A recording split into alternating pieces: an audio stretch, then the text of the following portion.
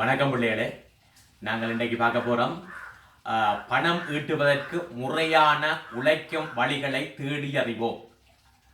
பணம் ஈட்டுவதற்கு முறையான உழைக்கும் வழிவகைகளை தேடி அறிவோம். பார்க்குறோம் இன்றைக்கு பார்த்தீங்களா எவ்வாறு பணம் ஈட்டுதல் தொடர்பாக இன்றைக்கு பார்த்தீங்கன்னா சமூகத்தில் காணப்படுகின்ற ஒழுங்கமைக்கப்பட்ட மிகச்சிறிய அழகுதான் நாங்கள் என்னென்று சொல்கிறோம், குடும்பம் என்று சொல்லுவோம். சமூகத்தில் காணப்படுகின்ற ஒழுங்கமைக்கப்பட்ட மிகச்சிறிய அழகுதான் குடும்பம் என்று சொல்லுவோம். இந்த குடும்பத்தில் பார்த்தீங்களா இருந்தா தெரியும், அம்மா அப்பா அண்ணா அக்கா தம்பி தங்கச்சி என்று காணப்படுகிற குடும்பத்தில். இப்போ பார்த்தீங்களா இருந்தா குடும்பத்தில் வருமானம் விட்டுனா அந்த சில செயற்பாடுகளுக்கு தேவையான வருமானத்தை ஈடுவதற்கு அம்மா அப்பா தொழில், அம்மாவோ அல்லது அப்பாவோ தொழில் அல்லது இருவரும் வயது மூத்தவர்கள் தொழிலில் ஈடுபடுவதனால் கிடைக்கின்ற வருமானம், தொழிலில் ஈடுபடுவதனால் கிடைக்கின்ற வருமானத்தை கொண்டு நாங்கள் என்ன செய்வோங்கிற வாழ்க்கையை நல்லபடியானதாக அமைத்துக் கொள்கிறோம். பார்த்திருந்தீங்களா இருந்தா இந்த குடும்பத்துக்கு தேவையான வருமானம் இவ்வாறு கிடைக்கின்ற பொழுது தொழிலில் ஈடுபடுவதர் ஒவ்வொருவருமே என்ன செய்யப்படுகின்ற அவர்களுக்கு அன்றாடம் கிடைக்கின்ற வருமானங்களை தேவைகளை நிவர்த்தி செய்வார்கள். முதலாவது கிடைக்கின்ற வருமானத்தை கொண்டு தேவைகள், அடுத்தது விருப்பங்களை நாங்கள் நிறைவு செய்து போட்டு அப்படியே விடலாமா? இல்லை, கட்டாயமாக என்ன செய்யப்படும், தொழிலிருந்து கிடைக்கின்ற வருமானங்கள்ல இருந்து நாங்கள் என்ன செய்யப்படணும், தேவைகள் விருப்பங்களை நிறைவேற்றியதன் பின்பு எங்கள் நாளாக செயல்படுது ஒரு குறித்த அளவு பணத்தையாவது நாங்கள் சேமித்துக் கொள்ள வேண்டும். இதற்காக பாருங்க, நாங்கள் என்ன செய்யணும், பிரதானமாக ஒரு தொழிலில் ஈடுபடுகின்ற பொழுதும் அதற்கு அடுத்தபடியாக உப தொழில்களாக இப்ப வீட்டு தோட்டம் செய்யலாம், அல்லது வேறொரு சிறு குடிசை கை தொழில்கள், வேறு வழி அல்ல விவசாய நடவடிக்கை வெவ்வேறு இவ்வாறு ஈடுபடுவதன் மூலம் நாங்கள் சேமிப்பை மேற்கொள்ள முடியும். இப்ப பாத்தீங்களா இருந்தா சேமிப்பு இல்லாத போது பல்வேறு கஷ்டங்கள் எதிர்நோக்க வேண்டியதா இருக்கின்ற, அதாவது விபத்தொன்றின் போதோ அல்லது நாடுகளில் இடையில் ஏற்படுகின்ற யுத்தங்கள் அல்லது பாத்தீங்கன்னா ஒரு தீவிர நோய்கள். மிக அண்மையில பாத்தீங்களா இருந்தா COVID-19 காலத்துல என்ன நாடு என்ன லாக்டவுனா இருக்கின்ற போது ஒண்ணுமே செய்யலாம். பாத்தீங்களா இருந்தா காசு சேமித்து வைத்திருந்தவர்கள் வெற்றிகரமாக சந்தோஷமாக வீடுகளில் இருந்த போதும் மற்றவர்கள் சேமிப்பு இல்லாதவர்கள் பல்வேறு இன்னல்கள், ஒரு நேர சாப்பாடு சரியாக சாப்பிட முடியாத அவல நிலையில ஏற்பட்டது. ஆகவே எங்கண்ட கல்வி செயற்பாடா இருந்தாலும் சரி, விபத்துகளின் போதா இருந்தாலும் சரி, அல்லது பார்த்திருந்தீங்கன்னா அந்த வாழ்க்கை என்ன செய்யப்படும், இவற்றுக்கு நாங்கள் சிறிய அளவில் சேமித்துக் கொள்ள வேண்டியது அவசியமாகின்றது. பார்த்தீங்களா இருந்தா நாங்கள் பணம் ஈட்டுவதற்கான முறையான உழைக்கும் வழிவகைகளை தேடி அறிவோம் என்று சொல்லுகின்ற பொழுது பிரதானமாக ஒன்று பாருங்க, நாளாந்த சேமிப்புகளில் ஈடுபடுவதற்கும், இரண்டாவது முதலீடுகளுக்கான வாய்ப்புகளை தேடி அறிவதற்கும், மூன்றாவது முதலீடுகளில் ஈடுபடுவதற்குமான இதாக அமைகின்றது. மாணவர்களாகிய நாம் என்ன கல்விக்காகவும் போக்குவரத்திற்காகவும் பெற்றோரால் வழங்கப்படுகின்ற பணத்தை சிக்கனமாக பயன்படுத்துவதன் மூலம் சேமித்தல், இதன் மூலமாக எங்களுக்கு உளரீதியான திருப்தி ஏற்படுகின்றது. அதாவது பார்த்தீங்களா இருந்தா நாங்கள் என்ன செய்கிறது, சாதன போக்குவரத்துகின்ற பொழுதிலும் அவர்கள் சரியான அளவாக காசு கொண்டு போறது, அல்லது நடக்கின்ற பொழுது எங்களுக்கு உடற்பயிற்சியாகும். குறிப்பிட்ட அளவு தூரத்துக்கு 2 பஸ் மாறுகின்ற பொழுது கிட்டவான தூரங்களுக்கு நாங்கள் என்ன செய்கிறது, நடந்து போறது, சிக்கனமான முறைகளை பயன்படுத்துவதன் மூலமாகவும் நாங்கள் என்ன செய்யலாம், அந்த பணத்தை சேமித்துக் கொள்ளலாம். அதே போல கொப்பிகள் அலிரபர்கள் பார்த்தீங்கன்னா விலை உயர்ந்த ஆடம்பரமானது வேண்டாம நாங்கள் என்ன செய்ய வேணும், எங்கண்ட தேவையை நிறைவேற்றி சொல்ல பொருத்தமானவற்றை வேண்ட வேண்டும். அவ்வாறு இருக்கின்ற பொழுது நாங்கள் அந்த பணத்தை நாங்கள் சேமித்துக் கொள்ளக்கூடியதாக இருக்கும். அடுத்தது பாருங்க, குடும்பத்தின் நாளாந்த வேலைகளை குடும்ப அங்கத்தவர்களின் உழைப்பையும் நேரத்தையும் பயன்படுத்தி ஒற்றுமையாக சேர்ந்து செய்வதன் மூலம் குறிப்பிட்ட அளவு பணத்தை சேமிக்கலாம். இப்ப பாருங்க, அம்மா அப்பா இருவருமே வேலைக்கு செல்லுகின்ற பொழுது வீட்டு முற்றத்தை நாங்கள் என்ன செய்யறது, தச்சன் கூட்டுறதுக்கு அவைக்கு நேரம் இல்லாமல் இருக்கின்ற பொழுது கூலியால் ஒரு ஆளை குடித்து நாங்கள் இருக்கின்ற பொழுது அது பணம் வீணாக போகின்றது.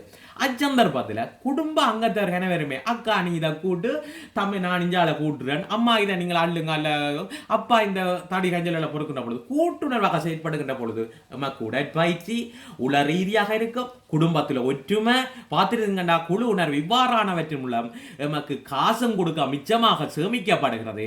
இவ்வாறான நல்ல நன்மைகள் எங்களுக்கு கிடைக்கின்றது.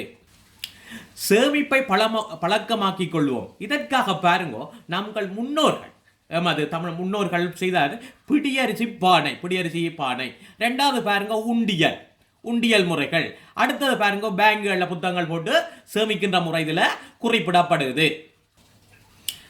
பார்த்தீங்களா இருந்தா பிடியரிசி பானை நம் முன்னோர்களால் பேணப்பட்ட மிகவும் உன்னதமான சேமிப்பு முறைகளில் ஒன்றுதான் இந்த பிடியரிசி பானை. முற்காலத்தில் இலங்கையின் இல்ல தலைவிகள் குடும்ப அம்மா போன்றவை என்ன செய்யணும், சமையலறையில் காணப்படும் ஒரு சேமிப்புக்கான ஒரு பாத்திரம் உபகரணமாகத்தான் இது காணப்படுகின்றது. இங்கே பார்த்தீங்களா இருந்தால் ஒவ்வொரு வேலைக்கு நம்ம வேறாக்கப்பட்ட புக்கியம் அல்ல சோறு ஆகவும் வெவ்வேறு ஆகவும் என்ன செய்யப்படுகின்றது, உணவு சமைக்கின்ற பொழுதும் அந்த அரிசியில் என்ன செய்வினோம், ஒரு எங்கண்ட தேவைக்களாவை போட்டுட்டு அதில் ஒரு பிடி அளவு எடுத்து அந்த பானையில் போட்டு சேமிப்பினோம். அதான் பிடியரிசி பானை என்ற. ஒவ்வொரு நாளும் நிரப்பப்படுகின்ற பாத்திரத்தில் நிரப்பப்படுகின்ற அரிசி பார்த்தீங்களா இருந்தா ஒரு நாளைக்கு எங்கிட்ட காசு அப்போ அந்த வேலைக்கு போயிலோ அல்ல வேறு இருந்த போது அந்த அரிசி எடுத்து தண்டுவினோம்.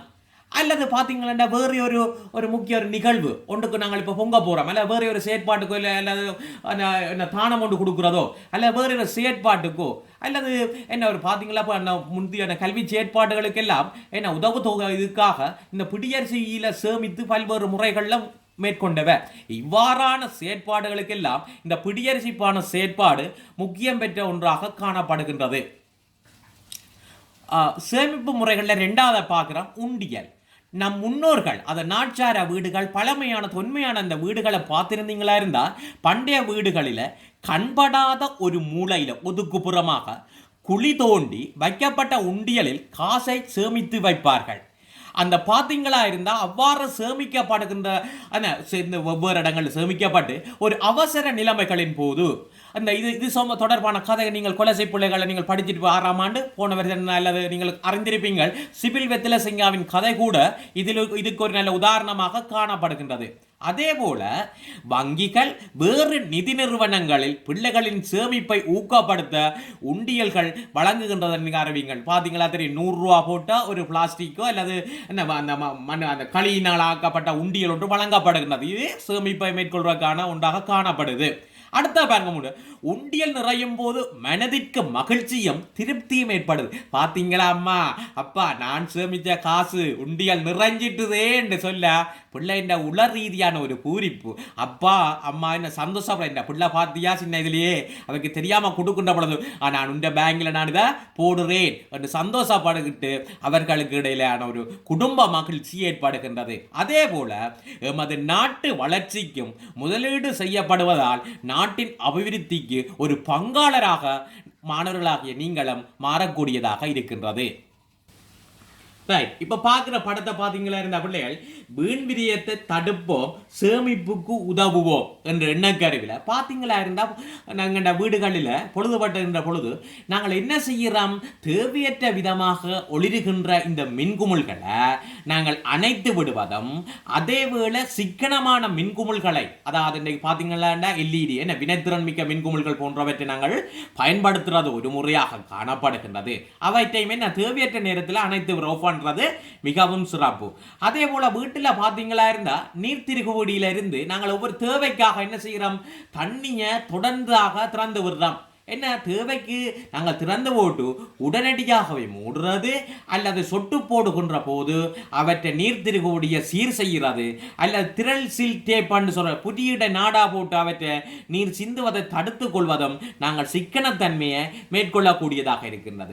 அதே போல பாடுற படம் மற்ற அயன் பாக்ஸோட பார்த்துருந்தீங்களா இருந்தால் நாங்கள் அயன் பண்ணி ஒவ்வொரு காலம் 1 மணி ஆஃப் பண்ணால் அவற்றை உரிய வெப்பத்துக்கு அவை அடைகின்ற பொழுதுதான் அவை சீராக அயன் பாக்ஸில் நாங்கள் செய்யக்கூடியதாக இருக்கும்.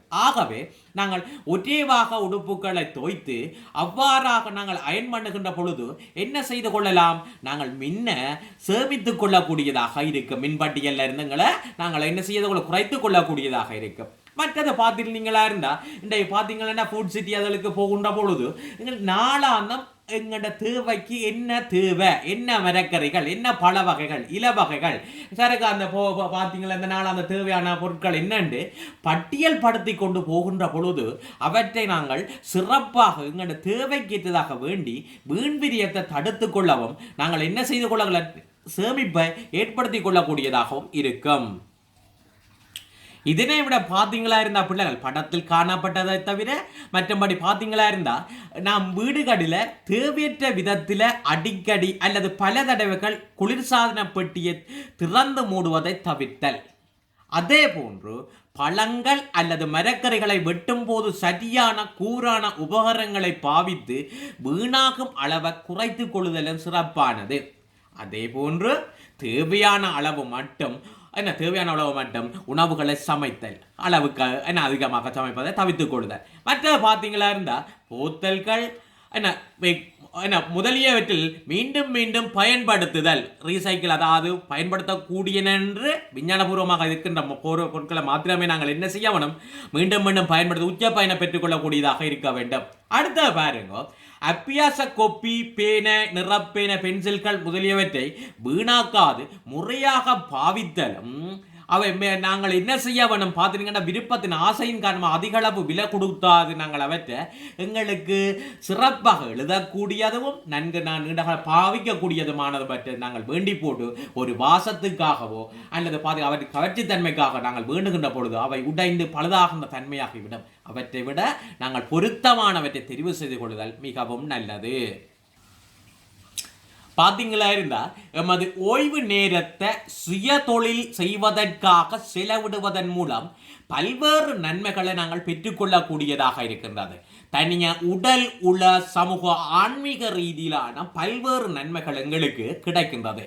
அந்த வகையில் பாருங்கோ, நாங்கள் ஒரு நிரந்தர தொழில் ஒன்றில் ஈடுபடுபவர் கூட தமது ஓய்வு நேரத்தில் சுய தொழில் ஒன்றை செய்வதன் மூலம் மேலதிக வருமானத்தை பெறலாம். இதனால் பல நன்மைகள் எங்களுக்கு கிடைக்கின்றது. ஒன்று பாருங்க, தேவையில்லாமல் நாங்கள் ஒரு செயற்பாடு முரண்பாடுகள் இதில் இல்லாமல் ஓய்வினை நல்லதொரு பயனுள்ள பொழுதாக்கி கொள்ளக்கூடியதாக இருக்கும். ஓய்வினை பயனுள்ள பொழுதாக்கி கொள்ளக்கூடியதாக இருக்கும். மன திருப்தி, உள ரீதியிலான திருப்தி எங்களுக்கு கிடைக்கும். மூன்றாவது பாருங்க, தனிநபர் எங்களுடைய மறைந்து காணப்படுகிற தனிநபர் திறமைகள் மேலும் மேலும் மேம்படும்.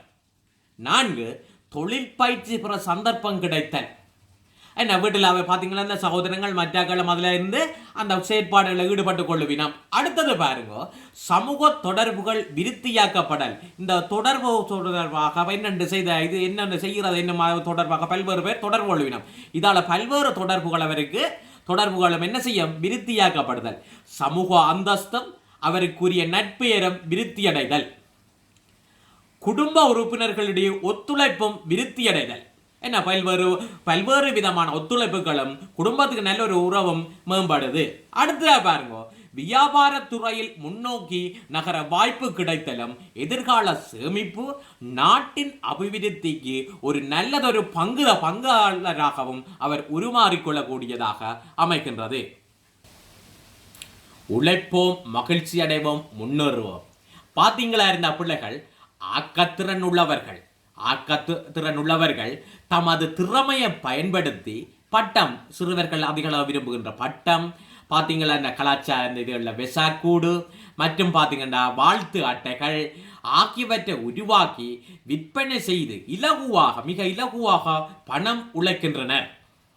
அதே போன்று ஏனையவர்கள் பணத்தையும் உழைப்பையும் பயன்படுத்தி இன்றைக்கு பார்த்திருந்தீங்கன்னா நாட்டில் அதிகளவான சில்லறை வியாபாரிகள் அதிக சிறு வணிகர்களாக காணப்படுகின்றார்கள். பணமீட்டி உழைக்கக்கூடியதாக காணப்படுகின்ற அதிகளவான சிறு வணிகர்களாக இவர்கள் நாட்டின் அபிவிருத்திக்கும் வேலைவாய்ப்பு போன்றவற்றுக்கும் பங்காளராக அமைக்கின்றனர். இவற்றின் மூலம் அதிகளவு சேமிப்பை ஏற்படுத்திக் கொள்ளக்கூடிய வழிவகையாக அமைகிறது. பார்த்திருந்தீங்க, நாங்கள் அலங்கார மலர் பூக்கண்டு செய்கைகள் போன்றவற்றை மேற்கொள்ளலாம். அதே போல் அலங்கார ஆபரண செயற்பாடுகள், ஆபரணங்கள் செய்தல், வடிவமைத்தல், வர்ணம் தீட்டுதல் போன்ற செயற்பாடுகள். அதே போல் வீட்டு தோட்டத்தில் கிடைக்கின்ற பயன்கள், வீட்டு தோட்டத்தை அவற்றை நாங்கள் செய்து பணம் ஈட்டிக் கொள்ளக்கூடியதாக இருக்கின்றது. அதே போல் சிற்பி காளான் போன்ற பல்வேறு வளர்ப்பு முறைகளின் மூலமாக பணம் ஈட்டிக் கொள்ளலாம். பார்த்திருந்தீங்களா இருந்தா வீடுகளிலேயே தைக்க தெரிந்தவர்கள் தலையண உரை, பல்வேறுபட்ட கால்மிதிகள், பார்த்தீங்களா இந்த மாஸ்க் போன்றவற்றை தயாரித்து தமது வருமானத்தை ஈட்டிக் கொள்ளக்கூடிய வழிவகையாக அமைகின்றது.